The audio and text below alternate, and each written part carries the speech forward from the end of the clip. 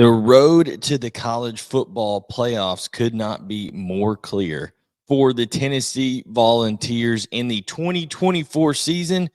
Guys, it's time to talk about it here on SEC Unfiltered, the best SEC entity on the internet. Hello, everyone. I'm Blayne Gilmer. Thank you so much for tuning in. We're excited to be talking about the Tennessee Volunteers today, the 2024 season, and going in depth on the schedule as we are just excitedly, anxiously awaiting football, the start to the season, about to get into spring and all those good things. So we just wanted to go ahead and do a deep dive, go right into what this schedule is going to look like for the Volunteers. And exactly, it's not just who you play. Sometimes it's who you play, when you play them, where you play them, things like that. And we also need to realize we are in a different era now in the 12-team playoff era. But before we get into that, guys, let's go ahead and talk real quick here about the Chiefs and 49ers gearing up for the Super Bowl this weekend. Showdown in Las Vegas, as you've got a front row seat with my bookie. Yes, whether you're aiming to cash in on the big game or you're looking to have a good time with friends, my bookie brings you the Vegas experience straight to you with a huge selection of pregame bets. You can wager on everything from the opening coin toss to the color of Taylor Swift's sweater. Yes, I know you don't want to be doing that, but hey, if you're a sicko like that and you want to do that, go ahead. MyBookie is the platform that offers something for everyone. You don't need to be a pro to turn sports and pop culture knowledge into cash in your wallet. Sign up and make your first deposit today using the promo code SECU and choose a variety of welcome offers to find your favorite play style. You've got options, guys. If you're itching to get to a sports book or a casino that amplifies the thrill and maximizes your winnings, then MyBookie is your MVP. Bet anything, anytime, from anywhere, only with MyBookie. Now let's get into this schedule here for the Tennessee Volunteers. Game one, we're going to go ahead and talk about the Chattanooga Mocs. They come in. This will be a nice little warm-up home game, August 31st, for Nico Iamaleava and that offense there for Tennessee, as they can just kind of get some rhythm, get some excitement going over there, get that adrenaline flowing. And, it'll be Nico's first start in Rocky Top and Neyland Stadium. So I don't care who you're playing. There's always some little extra juice going when that kind of thing happens. So it'll be good just to be able to settle in. Got an experienced offensive line, kind of in the interior, but they do have to worry about the first start over there at the left tackle position for Zalance Hurd. So, we'll see how that goes. If they have any, false starts, anything like that, just from being excited, not from, crowd noise, because they're at home, from being excited. But this should be a difficulty level of, I would say, a 2.5 out of 10, and nothing crazy here. So the SEC Unfiltered difficulty level 2.5 for that opening home game. Then you have a neutral site game the next week. They got a whole lot more interesting this offseason as Grayson McCall, the talented quarterback from Coastal Carolina that has worked plenty of magic over his time in college football, has transferred to NC State. NC State under Dave Doering, looking for its first 10-win season under Dave Doering. It would only be the second 10-win season in program history for NC State. They did that back in 2002 under Chuck Amato, winning 11 games. Guys, this is an NC State program that's been kind of there, knocking, making themselves right there in the top tier of the ACC, but just haven't quite broke through yet.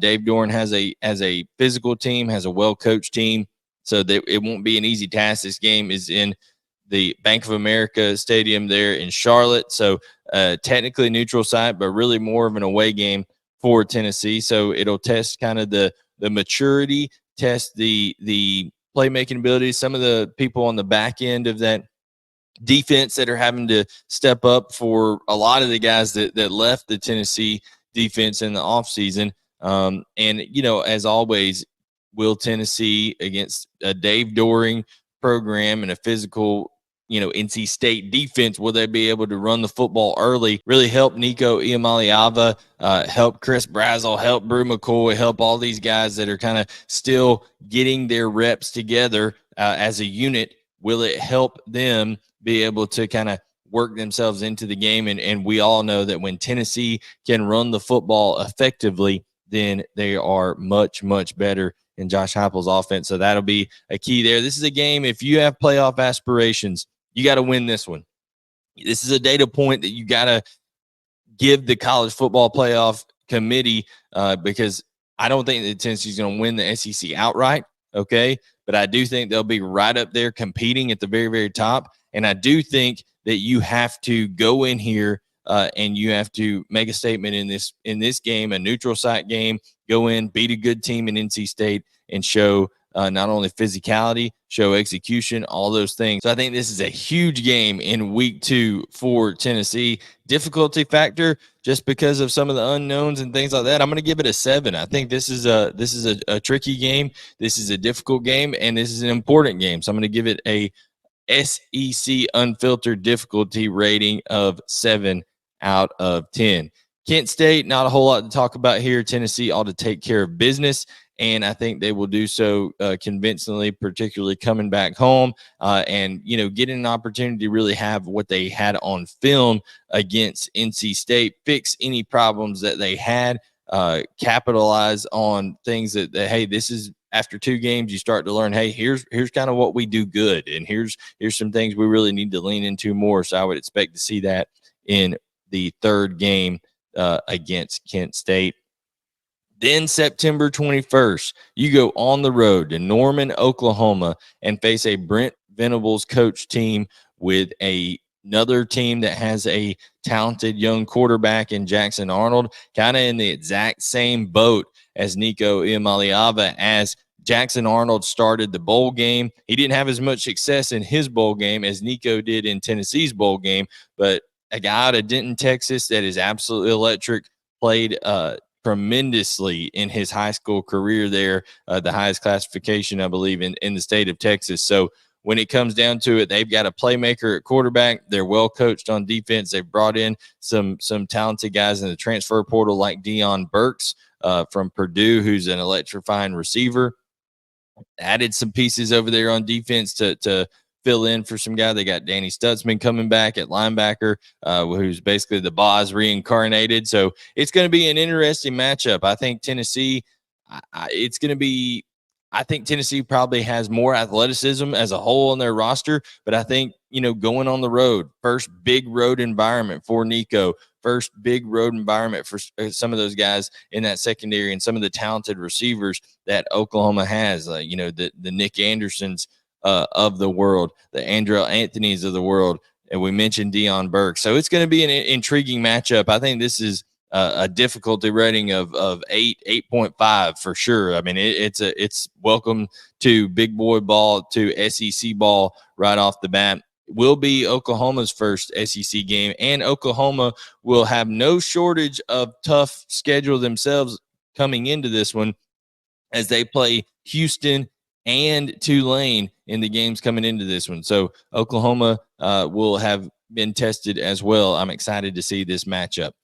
Then you go into a bye week before Arkansas, and you're on the road once again, a tough one. So you're on the road at Oklahoma, bye week, then on the road in Fayetteville to take on the Arkansas Razorbacks. Now, here's the thing about Arkansas. It's going to be tough to tell what kind of team that Arkansas has. They got Bobby Petrino coming in. It'll all depend on how well Taylon Green assimilates to that offense that Bobby Petrino has. Do they get better at the line of scrimmage? We know that DWR is rocking when it's a place where they are good. Remember that environment a couple years ago when Texas came into Arkansas? It can be absolutely electric when they're good. The question is, will they be good? I think Tennessee has a better roster overall than Arkansas. But when it comes down to it, playing on the road in the SEC is difficult. And they do get that benefit of the bye week to rest up before this game. I would give it a difficulty of a 7, basically right on par there with the NC State game. And I think it's one that Tennessee, if they are who they think they are, they should win this game. But it'll be a great barometer And again, another great data point. Two, if you could get, in my opinion, you have to get this one. If you could get the Oklahoma one, it would be icing on the cake. But you got to get this one and the NC State one if you want any chance of getting in the college football playoff going forward. If you're Tennessee, especially with an at-large and have an opportunity maybe to host a playoff game. Game 6 at home, they take on the Florida Gators. Listen, Tennessee, Florida is always a heated rivalry. It's always a back and forth matchup. Listen, they went down to the Swamp and got smacked. Okay, just smacked by the Gators last year. Did Tennessee, unexpectedly so. Florida was awful. Everybody thought that Tennessee would go in there and take care of business, but they absolutely shut Tennessee down. They made Tennessee, made Joe Milton force some things. One bad interception in particular. And then when you talk about it, they just ran the ball all over Tennessee last year. I don't see that happening at all in Neyland Stadium this year. I think Tennessee will be out for retribution. I think they will keep the foot on the gas, and I think they will beat the brakes off a Florida team that I don't think it's going to be hard for Florida to win 5 games this year. I mean, seriously, if they were to go 500, if Florida were to go 500, heck, if Florida were to win 7 games, then Billy Napier's done an unbelievable job with that schedule that they have. But I think Tennessee gets them right here, October 12th. And then now it will be a physical game, that Florida game, and it leads into the 3rd Saturday in October. We talked about it when we broke down Alabama's schedule. So thankful that the SEC has kept that tradition alive. 3rd Saturday in October, Alabama, Tennessee playing each other. This is the 7th game at home here for Tennessee on the year. And guys, once they are back home, they came back home here on this October 12th one. You're going to see home game after home game here on this schedule now for Tennessee, and they're going to stack them up. And again, it couldn't get the bigger games. It couldn't get any more opportunistic. It couldn't be any better for Tennessee the way this schedule sets up. You get a bye week at a critical time in between 2 away games between Oklahoma and Arkansas there. Then you get Florida at home. You get Alabama at home. You get a run of home games here in the middle, and playing Alabama and Kalen DeBoer and all that inside of Neyland Stadium here, a team that's going to be different. This is not Nick Saban's Alabama team anymore. We don't know exactly what we're going to have out of Alabama, but we're going to get to see it back on September 28th when Tennessee has that bye week. They're going to be able to sit there and they're going to see Alabama and Georgia take on each other, 2 teams that they will play on their schedule, and they get the first one here on October 19th. Listen, I think Tennessee will be primed and ready to go. I think Neyland Stadium will be a rocking environment.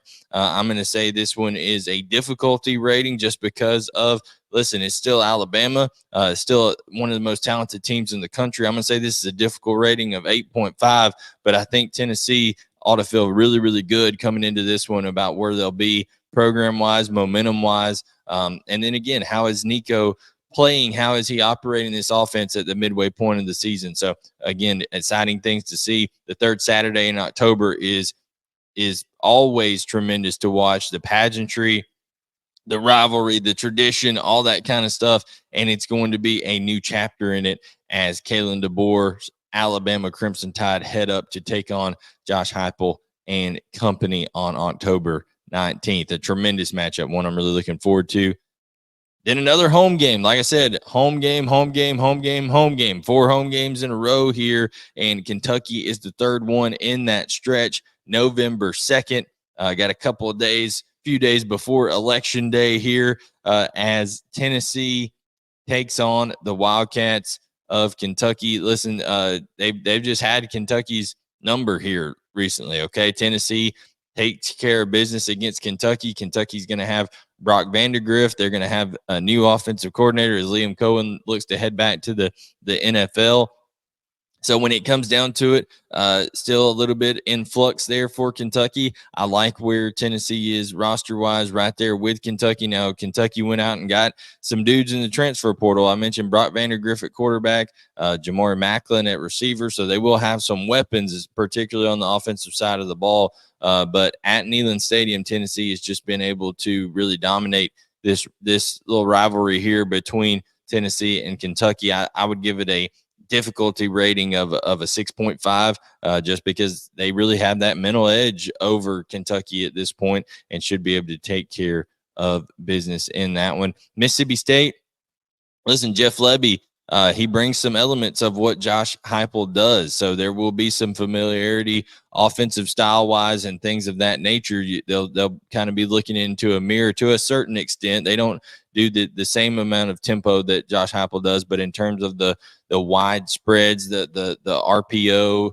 that, spreading people out to run those gap scheme runs, things of that nature. I think you'll see some of that out of Mississippi State. And I think you'll see, a Mississippi State at this point in the year that's starting to, maybe peter out a little bit, get a little bit tired at this point in the year because of depth issues and things like that. But November 9th, not one you can take lightly. You can never take a SEC game for granted, but this should not be a difficult one. I'm giving a difficulty rating of 5.5 for this one for Tennessee, as they ought to take care of business in the 9th game of the season at home.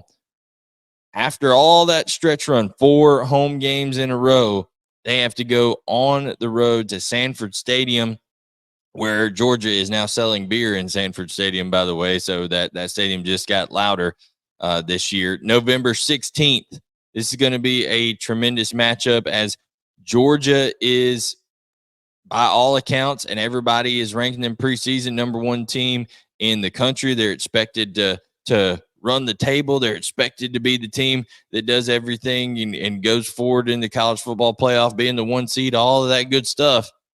Well, here's Tennessee's opportunity to have something to say about that, particularly going on the road.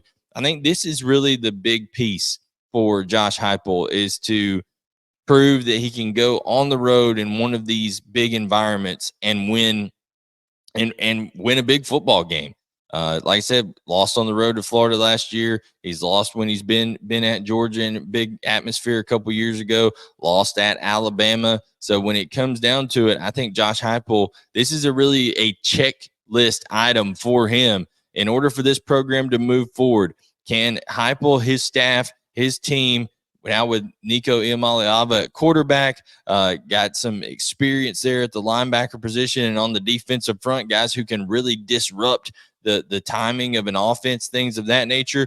Can they get it done and win a big road game? A true test for Josh Heupel at his tenure at Tennessee, and really what I think is kind of a crossroads type year for Tennessee. And this is a barometer game, okay? This is a game where you go up against the best in college football and you just gauge yourself and see, okay, where exactly are we? And it could be a deal where, hey, if you got 1 loss coming into this and you're Tennessee, 1 loss or less, and you come into this game and you play Georgia toe-to-toe, and regardless of the outcome, this could be a strengthening point for your resume for the college football playoff, and particularly, like I said, if you only have 1 loss or less coming into this game. So it's going to be intriguing. It's going to be exciting, as it always is. A nice contrast in matchups between the way that Heupel does things and Kirby does things. So huge environment on November 16th between Georgia and Tennessee there in Sanford Stadium. Game 11, they come back home and play UTEP. I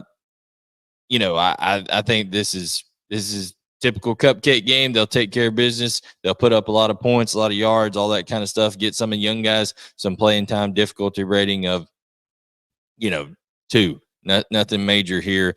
And then the same thing with Vanderbilt. It's an away game, but it's really a home game because Vanderbilt is an embarrassment of an SEC program. They have zero pride. Their athletic director is an absolute joke. She cares not about the athletics there. It's a absolute ridiculous thing that they're a part of the SEC. I think they should be kicked out of the SEC. I have zero respect for Vanderbilt, and I think Vanderbilt is kind of an abomination to SEC football. Tennessee ought to win and win comfortably. They don't care. Listen, Vanderbilt doesn't care about winning. They don't try. Okay. You have to do certain things. You have to be able to allow certain things in your program and their academic standards over there make it impossible. They don't bend that at all for the football team to help them out.